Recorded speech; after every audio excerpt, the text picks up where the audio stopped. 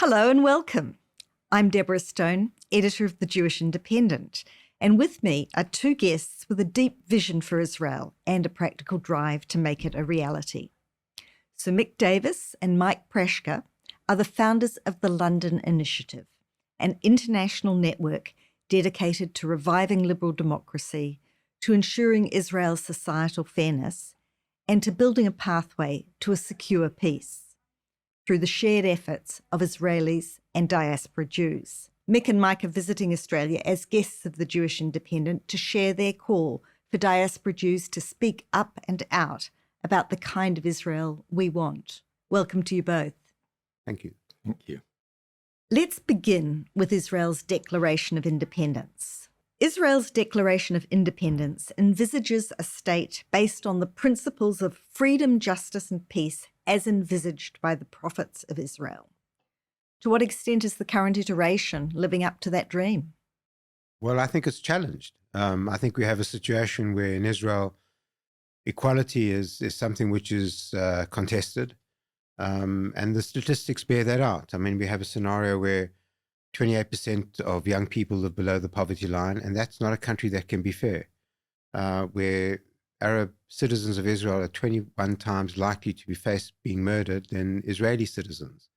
That's not a country that's fair, where there's a contribution by some sectors of society which is below others. So I think fairness is challenged.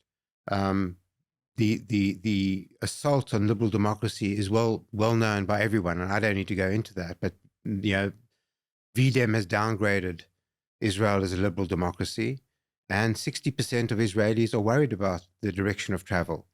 And peace has been taken off the table, and we have believed for years that we can manage the conflict, and unfortunately October the 7th showed that conflict can't be managed, it must be settled. So I think we have a long way to travel now. Those three pillars, the question of liberal democracy, the question of fairness, and the question of peace, you've called it the triangle that the London Initiative has set up that we need to address. To what extent are they interrelated, that one is dependent on the other? They're fundamentally and profoundly interconnected and interdependent. And it's not random that in the Proclamation of Independence, there's specific reference to all of those elements. A country that is increasingly unfair, in which there are growing socioeconomic gaps, in which Gini coefficients are widening and widening, in which, as Mick said, violence is affecting Arab citizens at levels that are far, far greater than Jewish citizens. That strains democracy. A country, security and peace are not binary opposites.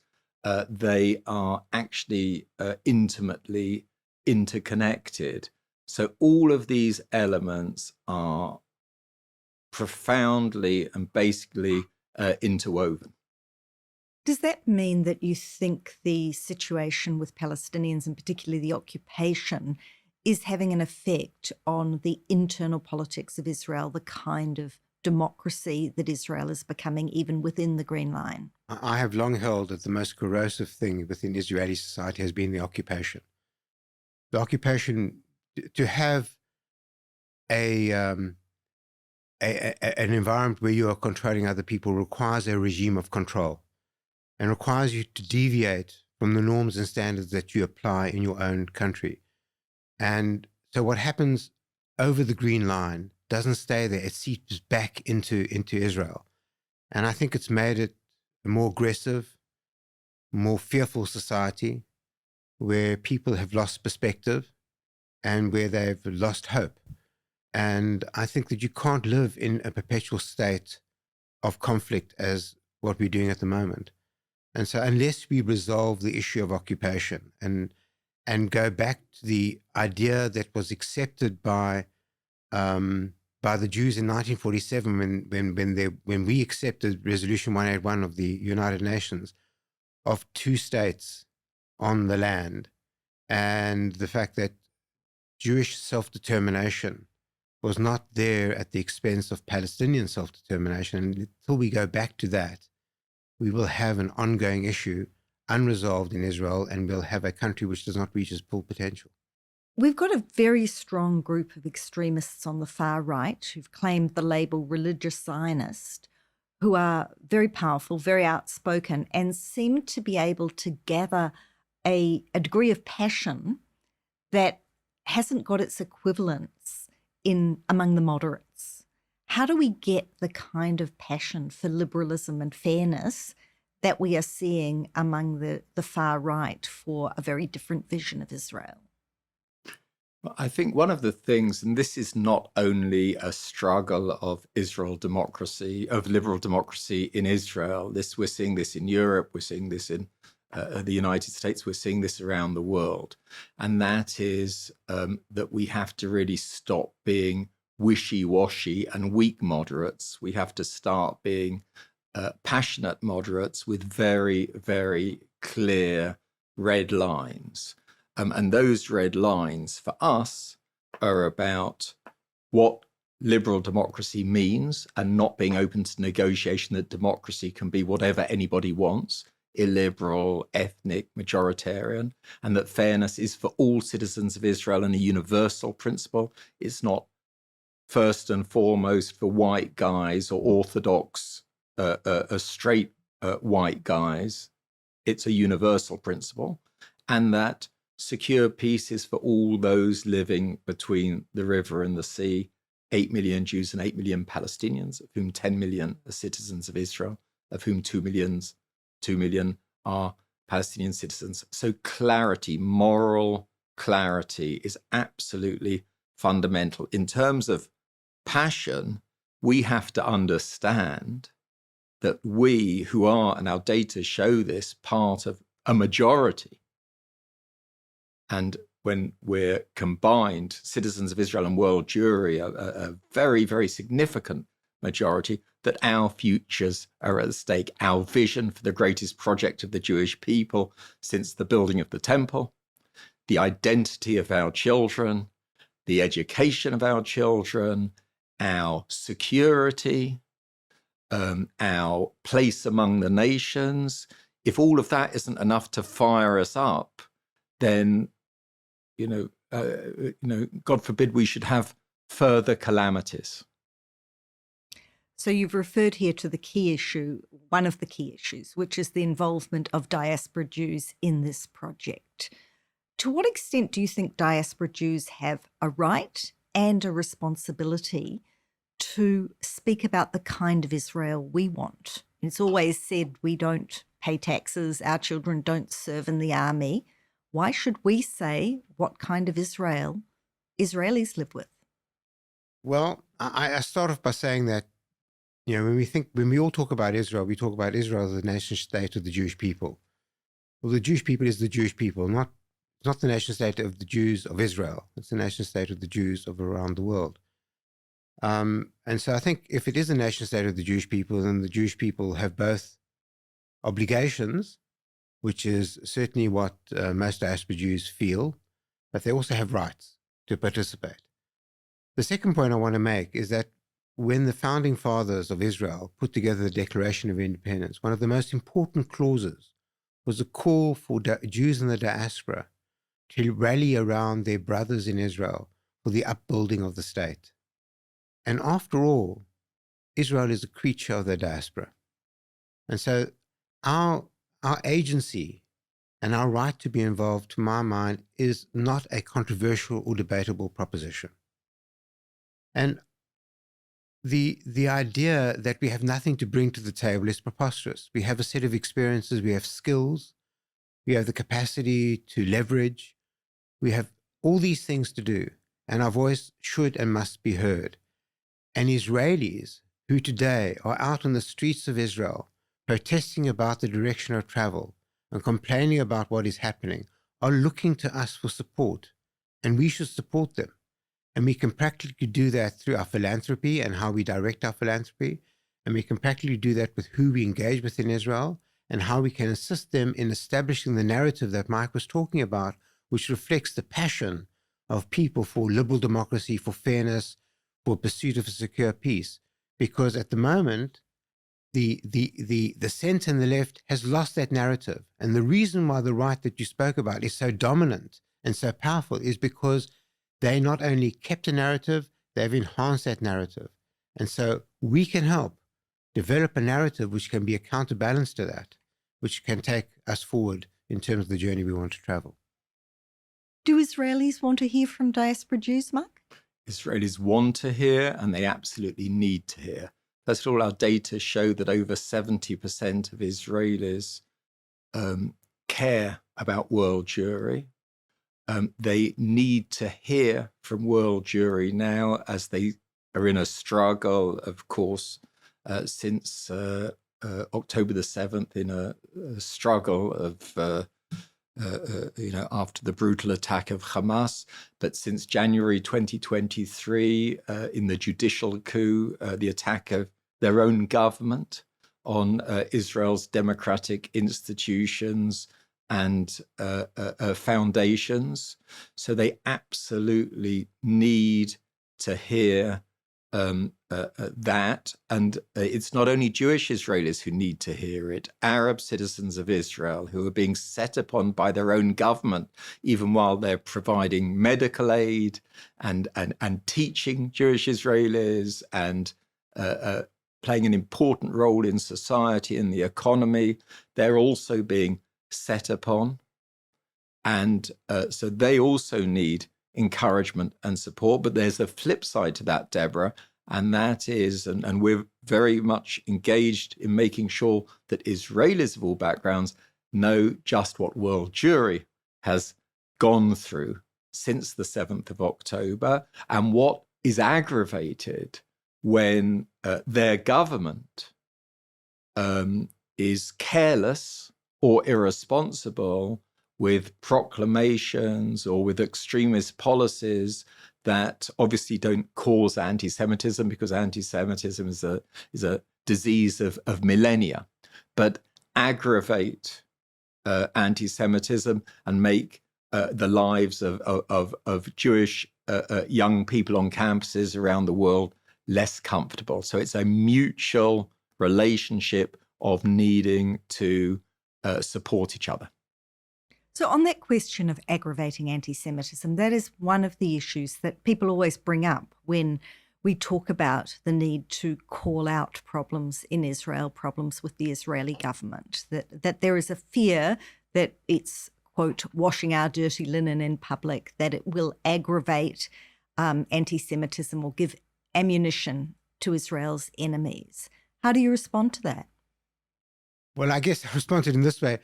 I think we should be more concerned about not about washing our dirty laundry in public, about who made the laundry dirty in public, and that should be our concern, and address that issue. Then we wouldn't have to do any washing if we preempted it.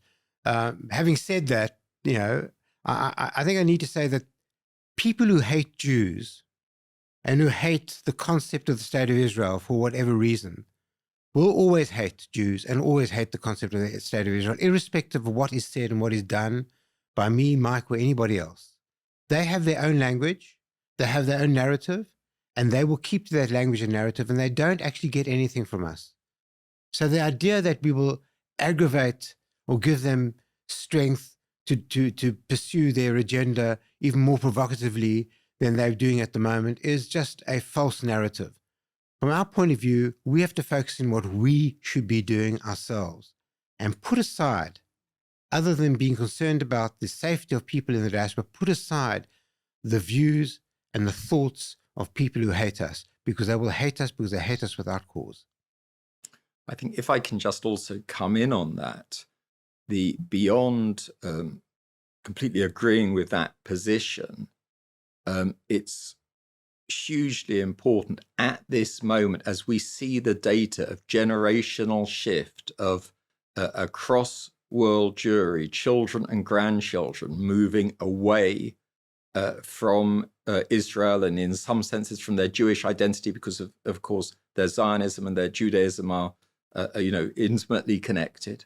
And as we see that generational drift, that speaking up and speaking out, even while there are challenges, is critical, because we face the possibility, and we're seeing this. We're seeing this in the data, and we're hearing this in very painful stories where children and grandchildren are either just checking out or they're going to be Jews for Palestine. They're not Jews for what the founders envisaged of a national homeland for the Jewish people, ever fairer to all of its citizens, extending its hand in peace to neighbors willing.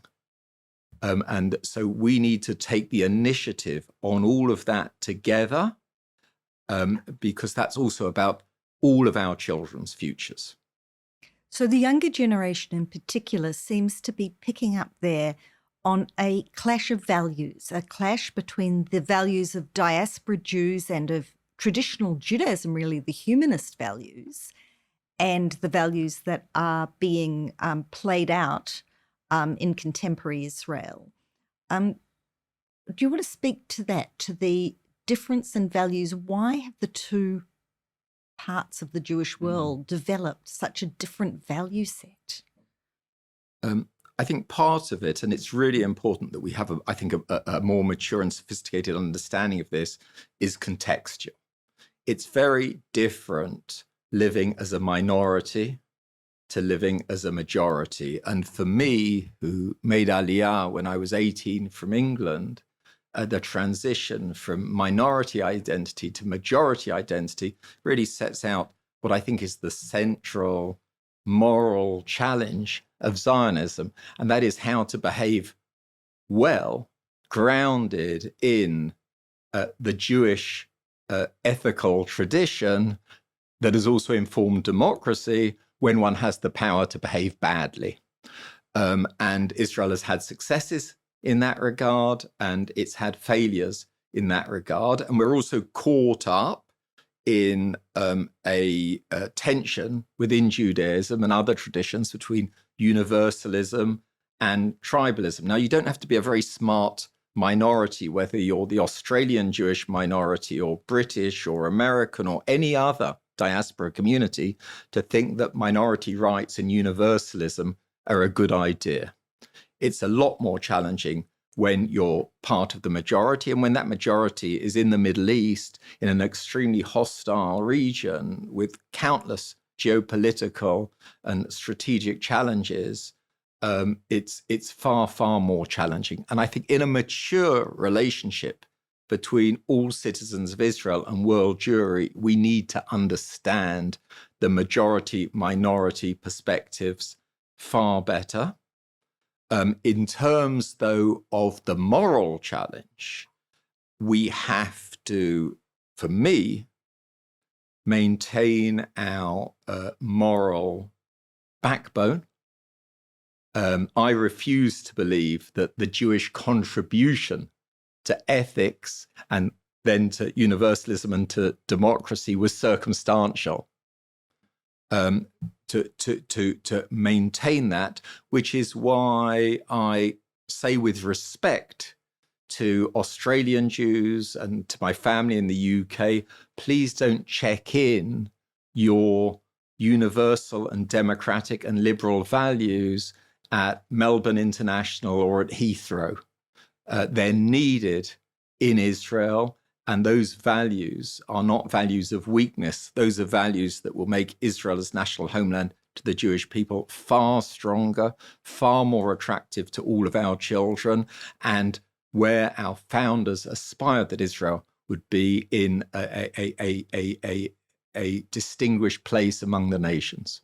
But I think also the other thing which I think is really important here is that life is complex today. There's much more complexity that the emerging generation has to face. They are faced with the challenges of what is democratic intent in their own countries. There has been a general move to illiberalism in the last few years. And what does that actually mean?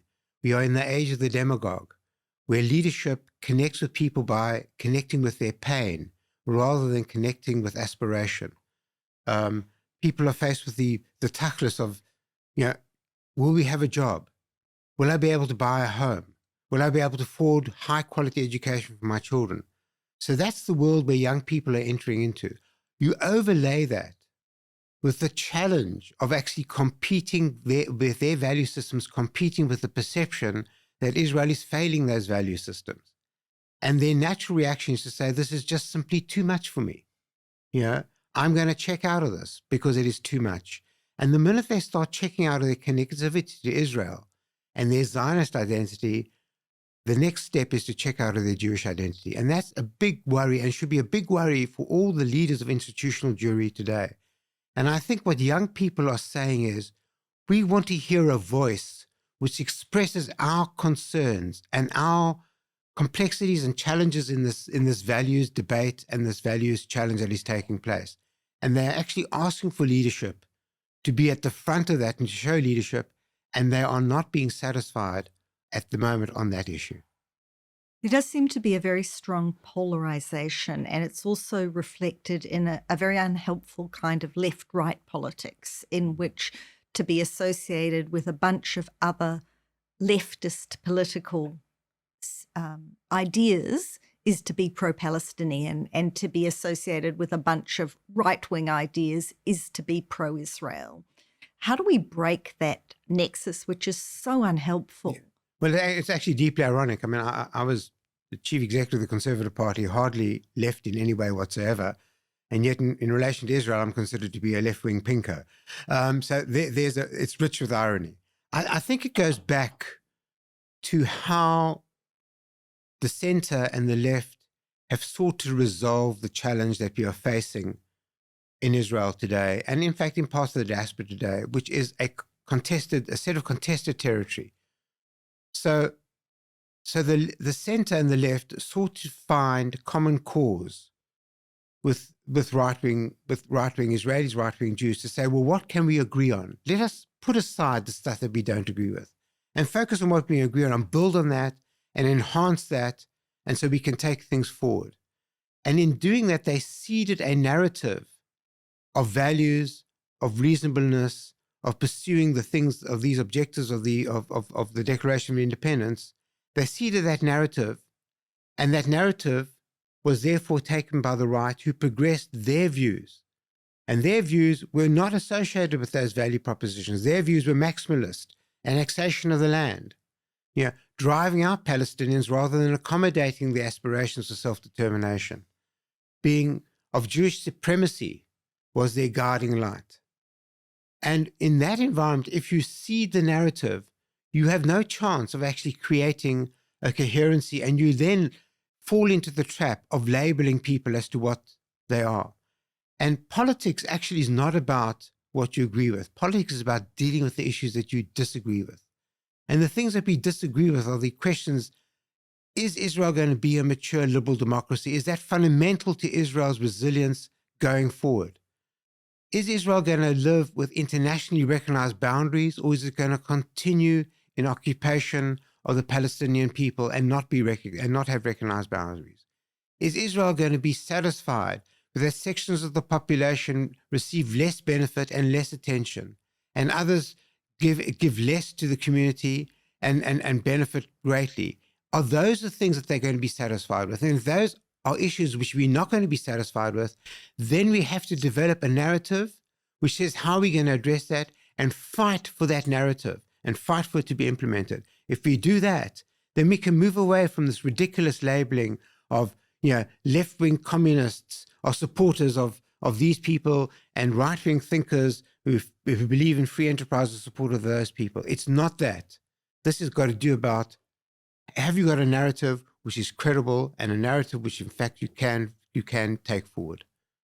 I think just on that as well, I mean, you're right, it's incredibly complex.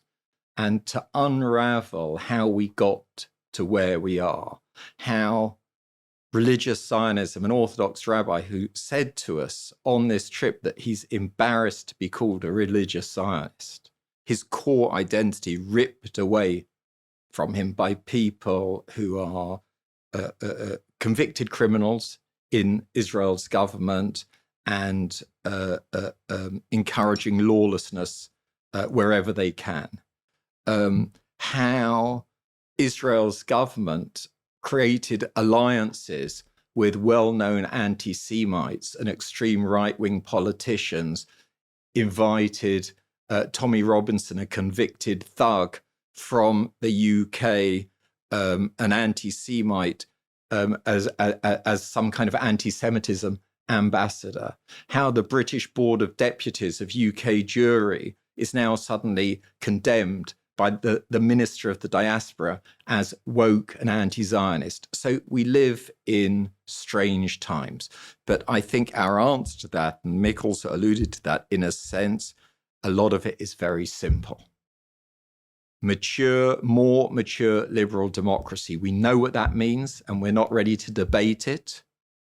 It serves the great majority of people extremely well. It's under threat. We need to fight for it.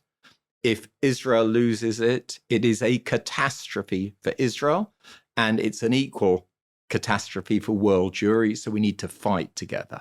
We know what fairer societies look like. Every meeting that Mick and I have attended while we've been in Australia acknowledges historical acts and relates to the determination to create an ever fairer society. We know what fairness means. So when a government is being unfair to progressive Jews because they're progressive Jews, the majority, by the way, of world Jewry, when a government is cutting back on rights to LGBTQ communities, when a government is seeking to divert funds from Arab tax-paying citizens of Israel to give extra funds to those who are paying less taxes often and getting more benefits, then we know that's not fairness. And we also know, and if we don't know after the October the 7th, then it's really time to know, okay, that security and peace are not polar opposites. So those are all simple propositions. So we, in a sense, have to set aside the intellectual jungle, which is really, really, really complex to navigate. And that complexity is also intentional in some sense, and get on with these clear propositions. And the fourth proposition is that through partnership, we will be stronger between citizens of Israel, world Jewry, like-minded world Jewry and international allies. We can move Israel in the direction as set out by the founders. And that is a win-win-win proposition. And why now? Why is now the time we need to do it? What has happened that has made this a matter of urgency at this time? Well, I think, first of all, the gerrymandering of the constitutional propositions within Israel and the attempt to remove the guardrails of the ability of the Supreme Court to review legislation, of attacking the independence of the Attorney General, and all the things that go with that, reflects a change of strategy and direction by the right-wing political movement in Israel, which should worry all of us, because they are seeking to rewrite the basis on which Israel is run and governed. And that is, in the scheme of things, very bad news in terms of Israel's resilience. October the 7th, the horrific event of October the 7th should have said to people in the loudest possible voice, not so much the failures of the security force at that particular point in time, but the failure of the proposition that you can manage a conflict indefinitely. It is impossible to manage. And this in no way justifies what happens, but it tells you that it will always happen and will continue to happen while there is oxygen for extremists to breathe. And the only way that you take away the oxygen is to take away what causes the oxygen to be there, and that is the conflict. And conflicts have to be resolved.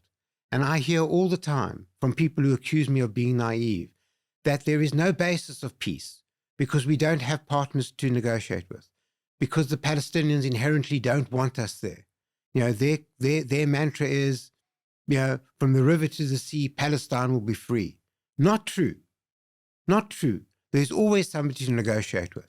There have been conflicts without history which people have thought to be intractable, whether it's Northern Ireland, El Salvador, the civil war in Mozambique, South Africa apartheid regime. I could name dozens of conflicts, which ultimately found resolution. How? Because the people involved recognized two important things.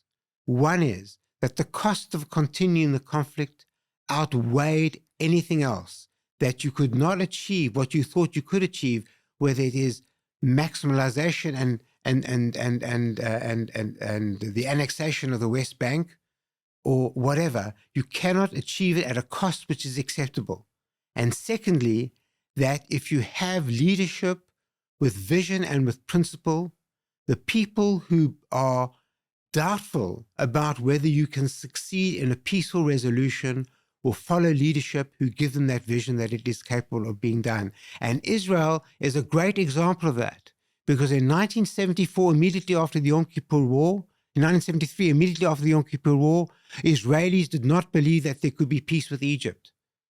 In 1977, when Anwar Sadat came to Jerusalem and spoke at the Knesset, a survey immediately after that showed that 80% of Israeli Jewish adults felt that peace with Israel was possible, and peace actually happened. Why? Because you had two leaders of principle, a right-wing Prime Minister Menachem Begin, one of the most principled politicians in Israel's history, and a principled politician from Egypt who decided both that the course of direction they were in was too costly, and for the benefit of their own people, they had to find a different way, and that way was peace.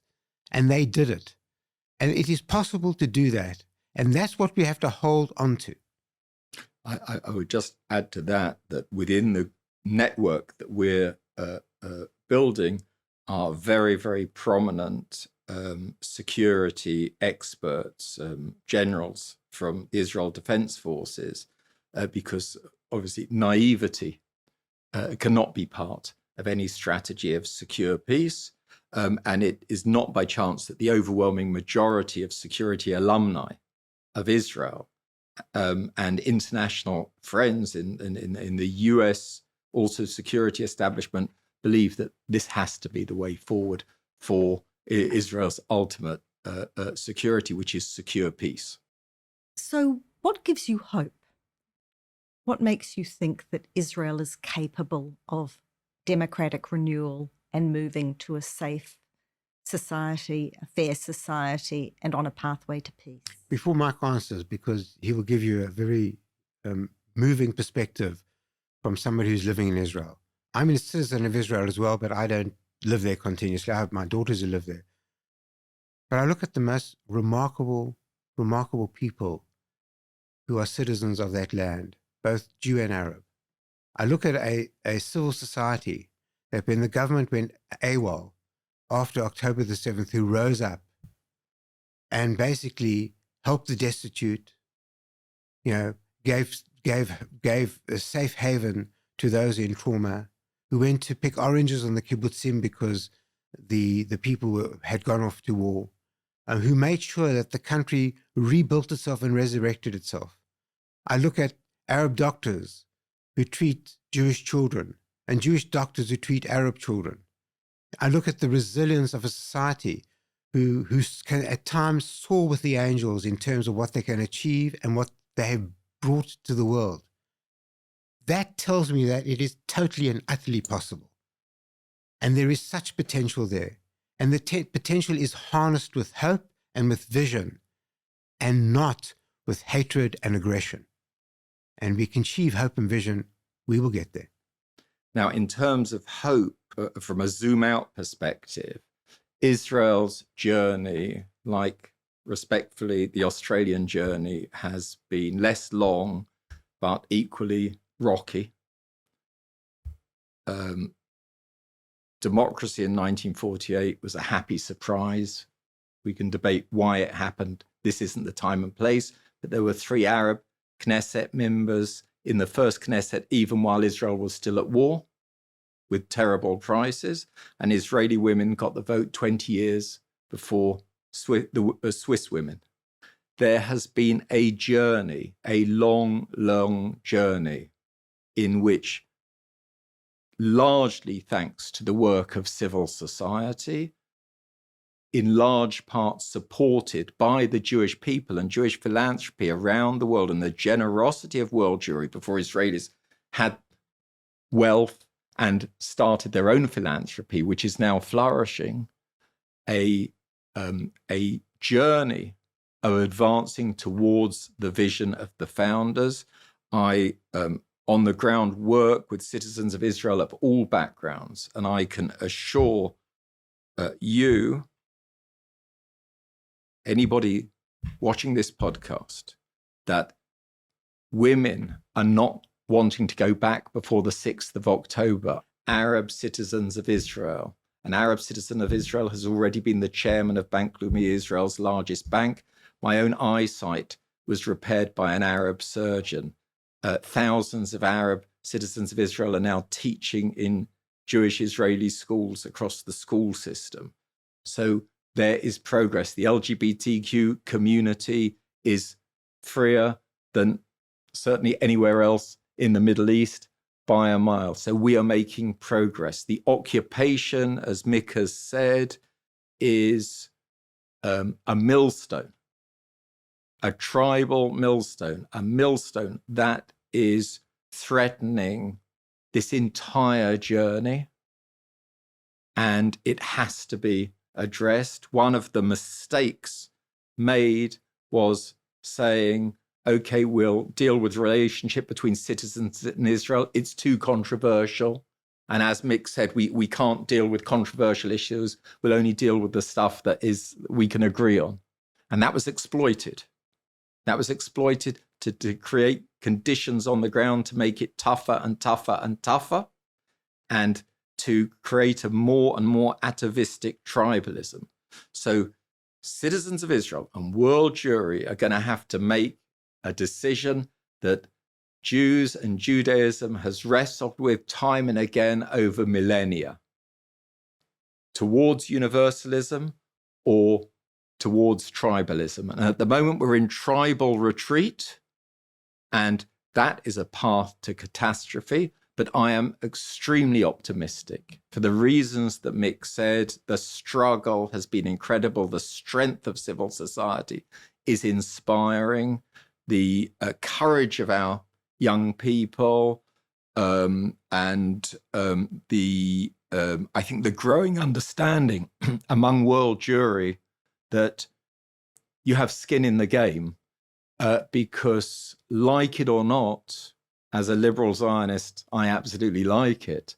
But after the 7th of October, whatever happens in Israel is going to impact world Jewry. And therefore, if we partner and work together, we will, as the endangered majority, which we are, we will continue Israel's journey, and that of Israel as national homeland of the Jewish people, and of stronger partnership between Israel and world Jewry. Thank you.